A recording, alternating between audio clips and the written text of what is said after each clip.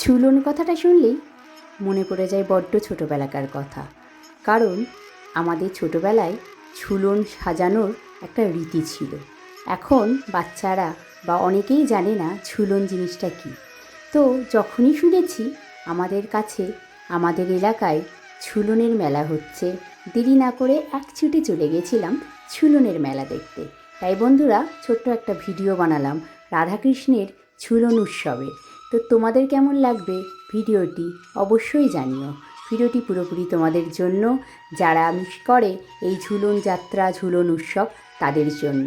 ভিডিওটা দেখে বুঝতেই পারছো এখানে আশেপাশে যে মৃৎশিল্পের কতটা সুন্দর কারুকার্য, কৃষ্ণের লীলা, কৃষ্ণের যে ছোটোবেলার গোপাল রূপ, তারপরে নন্দরাজা কিভাবে তাকে ফিরিয়ে নিয়ে এসেছিলেন, কিভাবে মা যশোদার কাছে সেই কৃষ্ণকে পাঠিয়েছিলেন, সেই সমস্ত কালিয়া দমন বধ, বকাসুর বধ, সমস্ত কিছু পুতনা বধ, সব কিছুই সুন্দর সুন্দর করে মৃৎশিল্পের মাধ্যমে ফুটিয়ে তুলেছে।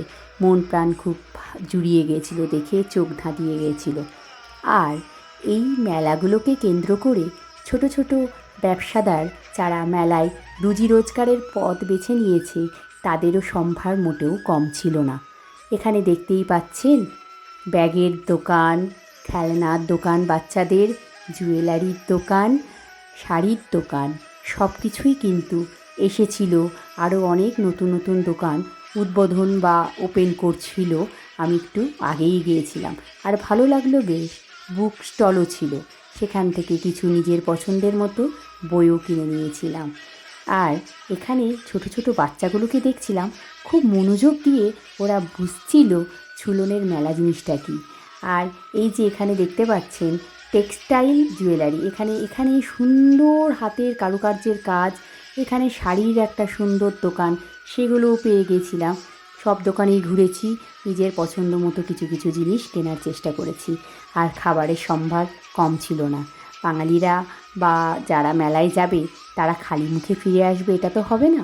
ফুচকা থেকে আইসক্রিম থেকে ড্রিঙ্কস থেকে সব কিছুই ছিল। আর বাচ্চারা একটু নাগরদোলায় চলবে না, নাগরদোলায় না উঠলে তারা মজা করতে পারবে না, মেলা জিনিসটা তাদের কাছে অসম্পূর্ণ থেকে যাবে। তাই সেখানে নাগরদোলাও ছিল বেশ অনেক রকমের, যেটা মেলায় ছাড়া চলবে না। ফুচকা, গজা, জিলিপি, আর যেটা দেখছিলাম মালপোয়া, সব কিছু গরম গরম ভাজছিল, বাদাম ভাজা। তো যাই হোক, সব রকমই ছিল। মন খুলে আনন্দ করেছি, দেখে এসেছি, ভালো লেগেছে। তোমাদের ভিডিওটি কেমন লাগলো জানিও বন্ধুরা।